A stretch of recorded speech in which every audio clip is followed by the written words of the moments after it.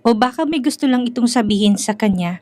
Halatang hindi siya papayag na makapasok siya sa malinis niyang sasakyan sa ganitong paraan. Tumango siya bilang pagsang-ayon at naglakad kasama ang dalawang lalaki papunta sa sport car.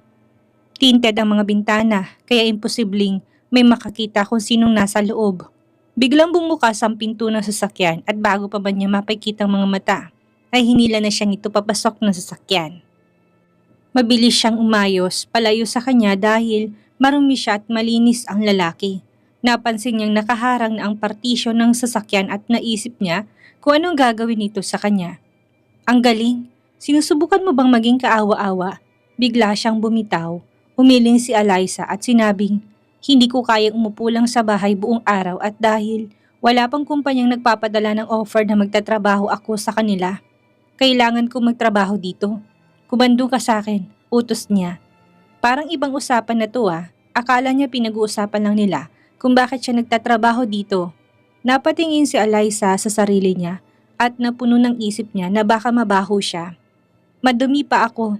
Hinawakan niya ito at halos pinatong siya sa kandungan niya. Huminga ng malalim si Eliza at hindi niya alam kung paano papakawalan ang hininga. Naramdaman niyang gumalaw ang sandata nito sa pantalon niya. Bumuntong hininga siya ng dahan-dahan na parang pinipilit na hindi mahuli. Pinatong niya ang kamay nito sa mga tuhod niya at dahan-dahang isinubsob yun sa loob ng palda niya. Nang dumampi ang kamay nito sa kandungan niya, napaungol siya ngunit mabilis na nagsisi. Hindi mo kayang magpanggap ngayon. Inalis niya bigla ang kamay niya at tinulak siya sa upuan sa tabi niya. Napatunayan ko lang na malandi ka. Halos lumuwa ang mga mata ni Eliza. Hindi ba yun ang dahilan kung bakit mo pinalalabas ang mga pag-ungol na yon? Madali mong sabihin na hindi ka malandi pero hindi mo kayang patunayan. Aniya, akala nila ay kasal na sila. Hindi ba't normal sa mag-asawang magtalik? Hindi naman ibig sabihin nun malandi siya. Hindi ako malandi. Sabi ni Eliza at biglang hinawakan ni Tyrone ang baba niya. Diniin niya ang daliri niya sa baba niya na nakaramdam siya ng sobrang sakit. Nang ayaw nitong bitawan ang mga braso ay kailangan nitong sampalin ang kamay nito. Ngunit hindi siya nagpatinag. Sa halip ay hinigpitan pa nito ang kamay at sinabing, wala ang mom ko para iligtas ka palagi. Nangako ako sa sarili ko na gagawin kong miserable ang buhay mo sa kagustuhan mo kong pakasalan. Para magkaroon ka ng pera. Tama, may pera ka pero sinisigurado ko sa'yo na magiging miserable ang buhay mo. Ako ang magiging bangungot sa buhay mo. Binitawan niya ang kanyang mga braso at may luhang pumatak mula sa mga mata ni Eliza. Napaiwas siya ng tingin. Pinakasalan kita para sa mama mo, sabi ni Eliza at umiyak. Hindi ako gold digger at hindi ako interesado sa kung anong meron ka, dagdag niya. Pagkatapos ng isa pang 50 segundo ng pag-iyak, biglang huminto ang sasakyan at lumingon ito sa kanya. Bumaba ka na. Tumingin si Eliza sa bintana at inisip kung saan ang lugar na ito. Bumukas ang pinto ng mag-isa bago pa siya makapagprotesta at bumaba siya. Sumara ang pinto at pinanood niya ang paglayo ng sasakyan. Napakagat siya sa labi at tumingin sa paligid. Bigla niya nakitang isang malaking signboard. Sa kanya nalaman kung nasan siya. Ang kinaroroonan niya ay hindi kalayuan sa mansyon. Dahil halos nasa mansyon na sila. Bakit hindi na lang siya nito maihatid sa mansyon? Hindi niya alam kung babalik sa trabaho o uuwi na lang. Sinira na niya ang mood niya at ang araw niya kaya nagsimula siya maglakad pa uwi. Hindi naman talaga malayo pero nakakapagod. Mukhang natutulog si Cordelia pagpasok niya dahil walang bakas ng tao sa bahay. Saka siya pumunta sa kwarto niya. Habang nasa banyo, nilulunod niya ang sarili sa ilalim ng shower. May kumatok sa pinto ng banyo at halos tumalon ang puso niya. Agad niyang pinatay ang shower at tinapat ang kanyang mga tenga para kumpirmahin na may kumatok talaga sa pinto. Makalipas ang halos 10 segundo, muling may kumatok. Sino yan? Tanong niya habang hinahanap ang kanyang tuwalya. Pagkakuha niya ay pinatuyo niya ang kanyang katawan at mabilis na binalot ang kanyang katawan. Sa tingin ko, dapat kitang ikulong sa loob ng banyong yan sa loob ng 3 araw. Hindi ka makakakain at nakakainom sa loob ng 3 araw ay magdudulot na naman ng sakit sa'yo. Ang malalim niyang boses, tumakbo si Eliza sa pinto ng banyo at sinubukang buksan, pero nakasara na to. Pakiusap, huwag mong gawin sa akin to. Ito ay dahil sa kanyang mga anak. Ang hindi pagkain ng 3 araw at 3 gabi ay hindi ang issue dito. Sa totoo lang, hindi naman yun masyadong parusa sa kanya.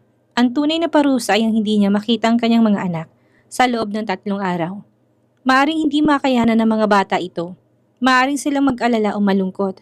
Iiyak pa nga ang iba. Sumigaw siya. Pwede mong gawin ng lahat sa akin pero wag mo kong ikulong dito sa loob. Hoy babae, kung ano man ang sasabihin mo ay walang impluensya sa desisyon ko. Hindi na ako nag-iisip kung dapat bakit ang ikulong dito. Pinag-iisipan ko na ngayon kung dapat bakit ang ikulong dito ng 3 araw o 7 araw. Alam ni Eliza ng kanyang buhay ay nasa kadiliman na ngayon. Hindi ba niya sinabi na siya ang magiging bangungot niya sa araw at gabi? Tumulo ang luha sa kanyang mukha at nagsimula siyang umiyak ng malakas. Paulit-ulit niyang kinalampag ang pinto ng banyo. Taimtim na nagmamakaawa ngunit walang nakikinig sa kanya. Naglakad na si Tyrone paalis ng kwarto habang nakasandal siya sa maliit na magandang pader na ginamit upang mabuo ang gusali. Pinapanood niya si Belinda na naglalakad papasok kasamang 6 na bata. Gusto niyang ngumiti nang makita si Belinda, ang kanyang tiyahin, ngunit galit na galit siya para ngumiti. Alam ng kaawa-awang babae yun na asawa niya na siya ngunit nagpatuloy siya sa paggawa ng napakalit at katawa-tawang trabaho. Sinisikap ba niyang sirain ang imahe ng pamilya? Ano ang wala siyang kulang dito? Pagkain? Pera? Nandito na lahat? Ang kanyang ina ay magbibigay sa kanya ng anumang halaga na hilingin niya ngunit siya ay naroroon sa trabahong madumi at katawa-tawa. Hinigpitan niya ang pagkakahawak sa maliit na pader na galit niyang sinasandalan. Tita, nasaan si mama? Tanong ni Zoren. May binulong siya kay Zoren na para bang sinusuway siya habang lumilingon-lingon sa paligid para masiguradong walang nakatingin sa kanya. Kailangan tawagin nila siyang mama at si Eliza bilang tita. Bakit nakalimutan ni Zoren to? Humingi ng tawad si Zoren. I'm sorry mama, I'm sorry. Hindi narinig ni Tyrone ang sinasabi ni Belinda nang sinasaway niya mga bata, ngunit narinig niya kung paano humingi ng tawad ang batang yon. Masyado bang malayong iniisip niya na kahawig niya ang 3 kambal na lalaki na ito? Paano mangyayari ito? Tahimik niyang kinunan ng litratong mga lalaki pinadala to kay Benji. Sinabi sa kanya ng kanyang personal assistant na tingnan kung merong anumang pagkakatulad sa pagitan niya at ng mga bata. Binalikan niya si Benji at sinabing sobrang kahawig nga niya ang 3 lalaki. Nabanggit pa niya kung gaano ka-cute ang mga to. Nalilito siyang bigla at yun ang ayaw niya. Siyang pinakamakapangyarihang tao sa North Hill at nalaman niya ang anumang nais niyang malaman. Ilang minuto lang nakalipas, tinawag ni isa sa mga batang lalaki si Belinda bilang tiyahin at nagtanong tungkol sa kanilang ina. At pagkatapos ay kumilos siya ng may kahina-hinala sa pamamagitan ng pagbulong ng ilang mga salita sa kanila. Kung siya ang kanilang ina, bakit nila siya tinawag na tita? Pinagmasdan ni Tyrone ang pag-alalay ni Belinda sa mga bata sa kanyang kwarto. Anak ba talaga niya ang 6 na batang iyon? Ngunit hindi niya maaring itago ang 6 na magkakatulad na bata ng sabay-sabay kung gusto niyang makausap ang mga to. Pagkatapos, ninais niyang makipag-usap sa sino man sa bata sa anumang pagkakataon. Napasimangot si Eliza sa loob ng banyo. Kailangan niyang umupo sa headrest ng bathtub na nakatabis lang ng tuwalya sa katawan. Gaano kaya kawalang pusong lalaking ito? Kung gusto man siya nitong ikulong, dapat ba sa banyo? Nanatili si Eliza sa banyo hanggang gabi. Umasa siyang baka magbago pang isip nito pero hindi. Hindi pa nga siya nakakakain ng hapunan at nagsisimula na siyang magutom. Ngunit ang gabi ay patuloy na lumalalim, ngunit walang bakas ng sinuman. Ibig sabihin ba nito ay hindi niya makikita ang kanyang mga anak ngayong gabi? Naglakad siya papunta sa pinto at kumatok, ngunit walang sumasagot. Kinalampag niya malakas ang pinto dahil sa galit at sumigaw pa pero walang sumasagot. Pinilit niyang buksan ang pinto pero napakatibay nito at parang hindi maririnig ang boses niya sa banyo. Napasubsob siya pabalik sa headrest ng bathtub sa pagod at nakakalungkot. Nasa isang masakit na pag-iisip siya nang siya'y makatulog. Patuloy siyang nagigising-gising sa kalagitnaan ng gabi, nag-iisip at nakakatulog. Ang kanyang pagtulog ay hindi maayos. Paano siya nakakatulog ng mahimbing sa ganong hindi komportableng posisyon? Bumukas ang pinto ng banyo noong umaga at mabilis siyang tumayo mula sa bathtub sa pag-aakalang dumating ng kanyang tagapagligtas. Ngunit nang bumagsak ang mukha niya kay Tyrone, nawala ang pag-asa niya. Si Tyrone ay may hawak na tray na naglalaman ng pagkain. Sinabi ko kay mama na nagpunta ka sa isang lugar nang tanungin kanya. Sabihin mo na lang na may pinuntahan ka tulad ng sinabi ko. Tinuturuan mo ba ako magsinungaling? Tanong niya ng buong tapang sa kanya. Lumapit ito sa kanya. Bit-bit ang tray ng pagkain at inabot sa kanya. Hindi ako preso. Kailangan ko makaalis dito. Kung ayaw mo sa akin, maintindihan ko at aalis ako kagad. Sa pagkakataong ito, sinusumpa ko sa aking buhay na hindi na muling haharap sa iyo. Naisip ni Eliza na mas masasaktan niyang kanyang sarili kung ipagpapatuloy niyang napakasunduan nila ng ina ni Tyrone na dumaranas ng stomach cancer at mamamatay sa loob ng 9 na buwan. Kailangan niyang unahin ang sarili sa pagkakataong ito. Kunin mo tong pagkain. Hindi pinansin ni Tyrone ang sinabi na lang niya at inunat ang pagkain palapit sa kanya. Humalokip-kip siya ang tumingin sa malayo. Hindi ako kakain, maliban na lang kung makakaalis ako dito. Namuong ngiti sa labi ni Tyrone at sinabi niya, hindi pa ako nagsilbi sa buong buhay ko. Ikaw ang kauna-unahang babaeng pagsisilbihan ko. Kung tatanggi kang tanggapin ito, magsisisi ka. Ayoko, giit ni Eliza. Umiwas ng tingin. Bagamat nagugutom siya, hindi niya kayang kumain sa ganitong posisyon. Kung kukunin niya ang pagkain mula sa kanya at kakainin, magmumukhang komportable siya dito. Gusto niyang umalis dito. Ni minsan sa buhay niya, hindi pa siya nakulong. Kaya kakaiba't masakit ang pakaramdam na ito. Higit sa lahat, gusto niya makita ang kanyang mga anak. Hinayaan ni Tyrone na mahulog ang tray. Mula sa kanyang kamay ang pagkain sa loob ng mga pinggan ay nahulog sa sahig. Maging ang mga pinggan na babasagin ay nagkalat sa sahig. Kumunot ang noon ni Eliza. Anong ginagawa niya? Tumalikod si Tyrone sa kanya't nang magsimula siyang maglakad. Patungo sa labasan ng banyo. Tumakbo si Eliza sa kanya't mabilis na nakatakas sa pinto ng banyo. Dahil nakatapis lang siya, dali-dali siyang nagbihis at tumakbo papunta sa pinto na papunta sa labas sa kapinihit ang knob. Ang kanyang unang plano ay makatakas sa bahay na ito. Pagkatapos ipaliwanag sa kanyang ina na hindi na siya babalik at ang kanyang mga anak ay dapat ibalik sa kanya. Gayunpaman, hindi nagbubukas ang pinto na silid. Agad na namumuo ang mga pawis sa kanyang noo at sumigaw siya ng, "Tulong!" Paulit-ulit niyang pilit na pinipihit ang hawakan ng pinto, ngunit hindi ito nagbubukas. Halatang nilak niya yon. Isang kamay ang humawak sa kanyang leeg mula sa likuran at tinila siya pabalik sa kanyang sarili. Nang bumagsak ang kanyang katawan sa kanyang matigas na katawan. Alam niya ang taong ito ay si Tyrone. Kung tutuusin, silang dalawa lang ang nasa kwarto. Kinaladkad siya nito papunta sa kama at binuhat saka inihagi sa kama. Mabilis na napaupo si Eliza sa kama at bakas ang takot sa muka. Pinagmamasdan niya ang lalaking nasa harapan niya na may nakamamatay na tingin. Kapag nawala na ang aking ina sa mundong ito, maaari kang mawala sa aking paningin at hindi na muling makita pa. Ngunit sa ngayon, ikaw ay nakadikit sa akin at paulit-ulit kitang sasaktan. Ikaw na malandi at mapanlinlang na babae, hanggang sa mapanood kita na humiling ng kamatayan. Aniya na naging hindi normal ang tibok ng puso ni Eliza. Please, alam kong parang tinutulak kong sarili ko sa'yo, pero hindi yun totoo. Lahat na nangyari nagkataon lang ito. Pagmamakaawa ni Eliza. Sumuntok siya sa kama at kinaladkad ang mga paa niya.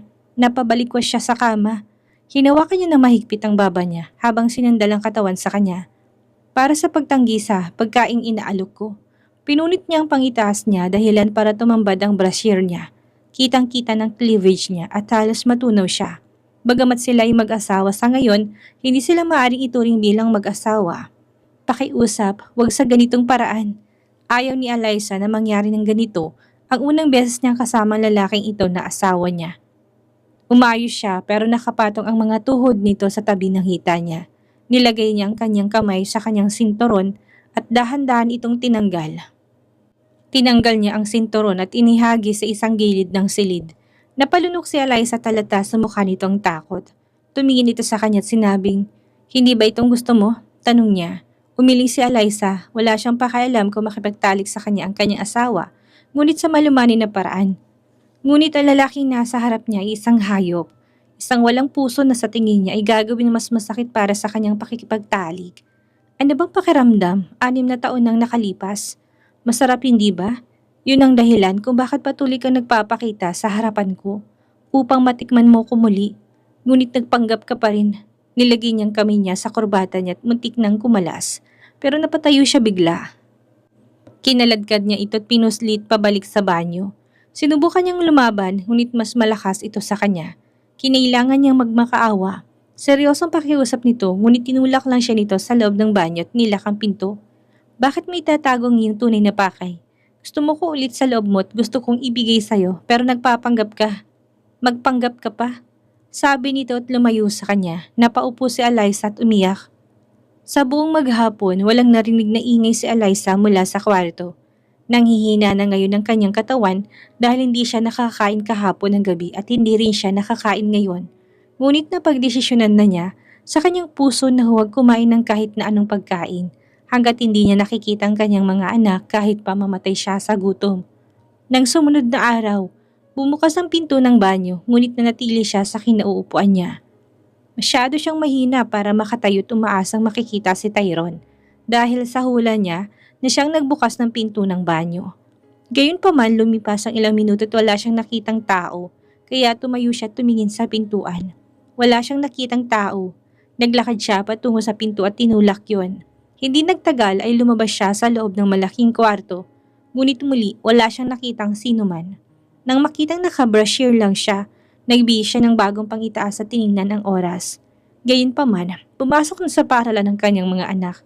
Sino nagbukas ng pinto ng kwarto para sa kanya? Habang iniisip niya ang susunod na gagawin, isang boses ang tumawag sa kanya at tumingin siya sa direksyon. Napinanggalingan ng boses at nakita niya si Cordelia na naglalakad palapit sa kanya. Naglakad siya papunta sa kanya at bumati ng nakangiti. Mama, bakit ka umalis nang hindi nagpapaalam sa akin? Tanong ni Cordelia. Naisip ni Eliza kung sasabihin niya ang totoo kay Cordelia o itago ito. Ang huling bagay na gusto niya ang magsabi ng totoo kay Cordelia. I'm sorry ma, biglaan lang, sabi niya. O, sumama ka sa akin. Inakay siya ni Cordelia sa salat na upo silang dalawa sa isa't isa. Personal ba ito o ito'y maaari mong sabihin sa akin? Tanong ni Cordelia. Ito ay personal ma, sagot niya. Nagkasundo ba kayo ng asawa mo? Tanong ni Cordelia. Alam niya rin na napakalamig ni Tyrone mula nang mamatay ang kanyang unang pag-ibig. Iniintindi pa namin ang isa't isa. Pero ma, babalik ako sa South Hill. Kasamang mga anak ko, sabi ni Eliza. Ang South Hill ay ang hindi gaanong umuunlad na lungsod na nilakbay ni Eliza sa nakalipas na mga taon. Masyadong delikado para sa kanya na tumira kasamang kanyang mga anak sa bahay na tinitirahan ni Tyrone. Dagdag pa, nanirahan siya sa South Hill sa loob ng 6 na taon at wala siyang problema. Kung ang pagbalik sa South Hill ay maililigtas sa kanya kay Tyrone, gagawin niya yon. Baka pag lumaki pang mga bata, may isip niyang ibalik sila dito. Hindi inaasahan ni Cordelia na maririnig ito.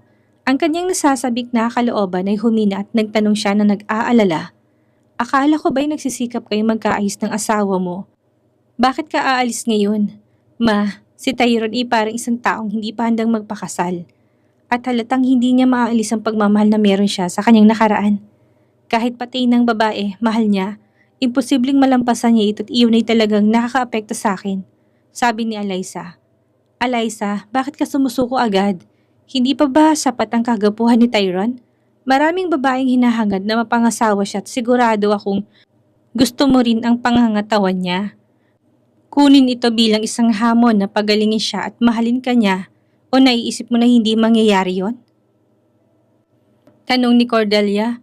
Imposibleng magbago ang ganong klase ng lalaki.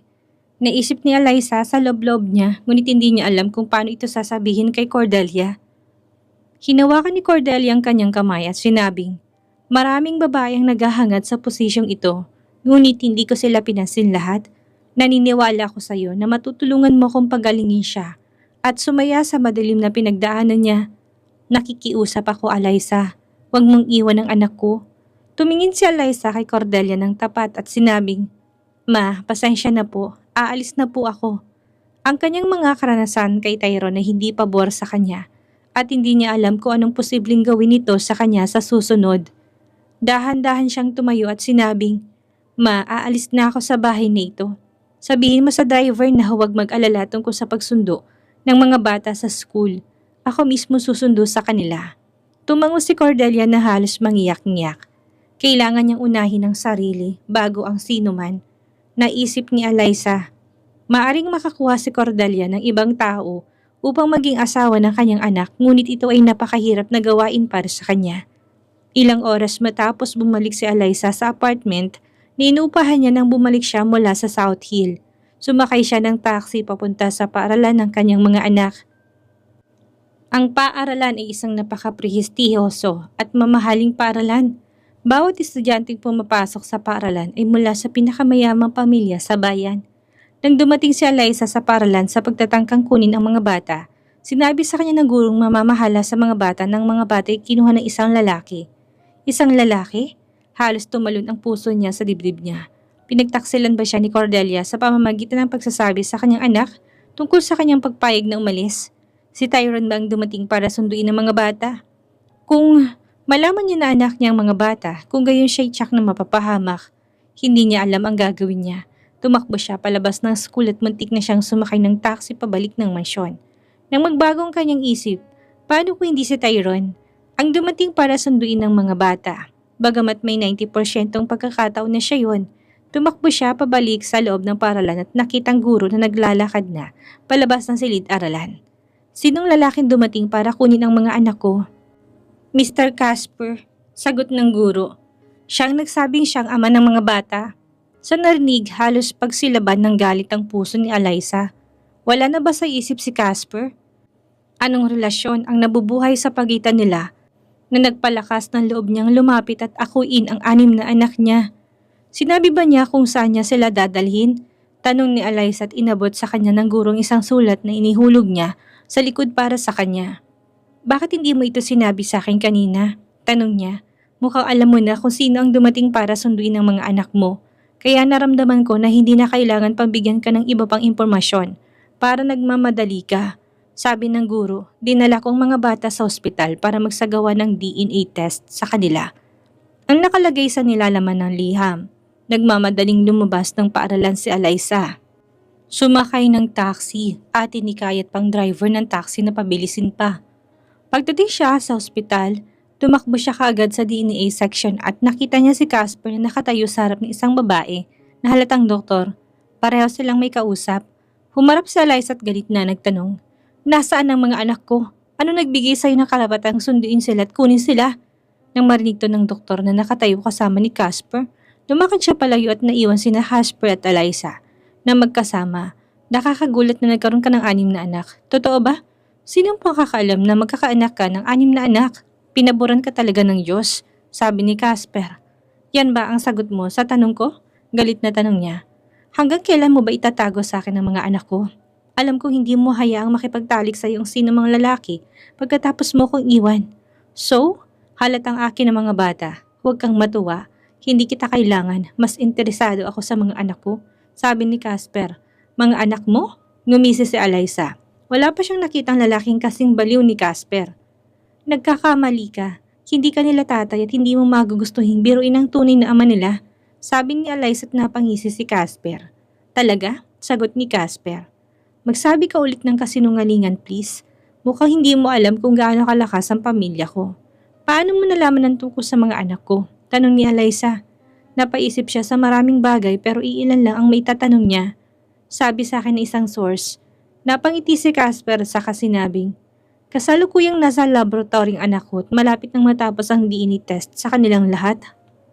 Hindi naman sa hindi ako naniniwalang anak ko sila pero para lang magkaroon ako ng sapat na ebidensya upang ibigay sa korte kapag kinuha kong 6 na bata. Tinitiyak ko sa iyo na hindi mo na makikita ang aking mga anak, sabi niya. Hindi nabalisa si Eliza sa kanyang pagbabanta habang umisip ito. Iniisip ni Eliza kung dapat ba niyang hayaan ng mga doktor na magpa-DNA test para lang makasigurado si Casper na hindi kanyang mga bata. Kung hindi, ipagyayabang niya na kanyang mga bata. Tumayo si Eliza ng ilang distansya sa kanya, naghihintay ng resulta. Makalipas ang halos 30 segundo, may nagsimulang lumapit sa kanya at parang pamilyar ang taong yon. Nang makarating to sa harapan niya, napaawang ang bibig ni Eliza.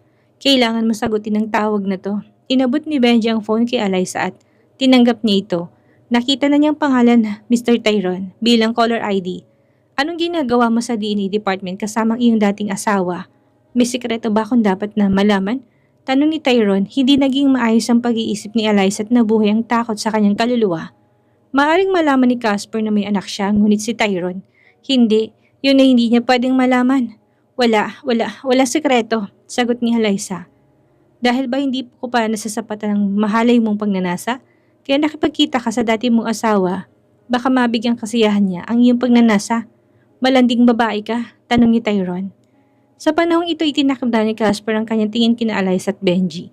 Sikat si Benji at kilala na marami pang bilang personal assistant ni Tyrone. Iniisip ni Casper kung anong relasyon ang nabubuhay sa pagitan ni Tyrone at Eliza. Bagamat hindi nakatayo ito si Tyrone, kasama nila alam niyang si Tyrone ang nasa likod nito. Laging dala-dala ni Benji ang mga utos ni Tyrone at alam ni Casper na hindi ito pwedeng palampasin. Hindi ako. Biglang nilunok ni Eliza ang salitang malandi. Ang tapat na pagtatanggol sa kanyang sarili magdadala lamang sa kanya sa mas maraming problema. Bakit siya sinusubaybayan ni Tyrone? Kinasal ka na dati, hindi ba? Bakit hindi mo alam kung paano igalang ang kasal? Ganito bang pagpaparangal mo sa kasal? Ang pakikipagkita sa dati mong asawa? Narinig naman niya ang boses ni Tyrone. Hindi yun gaya ng iniisip mo. Totoo ang sinasabi ko. She said, di sabihin mo sa akin kung bakit ka nakipagkita sa kanya. Tanong ni Tyrone sa matatag na tono. Hindi binalak ni Eliza ang sabihin tungkol sa mga anak niya. Nag-isip siya ng ibang rason. May gusto daw siyang sabihin sa akin. Hindi kinailangan ni Tyrone na anumang pagsisikap na malamang nagsisinungaling siya. Si Casper ay dating kaibigan ko nung bata pa ako at ngayon, isa sa mga shareholders sa isa sa aking maliit na kumpanya. Hindi na ako mag-aaksaya para tanungin siya tungkol sa pagkikita niyo. Maglalakas loob ka pa bang magsinungaling bago ko pa malaman ang totoo? Ano ang gagawin ni Eliza ngayon tila mabubulgar pa yata ang tunay niyang relasyon sa 6 na bata? Magawa kaya niyang malusutan ang mga tanong ni Tyrone? Magawa pa kaya niyang makatakas sa asawa kasama ang 6 na anak? Yan ang ating aalamin sa susunod nating kabanata.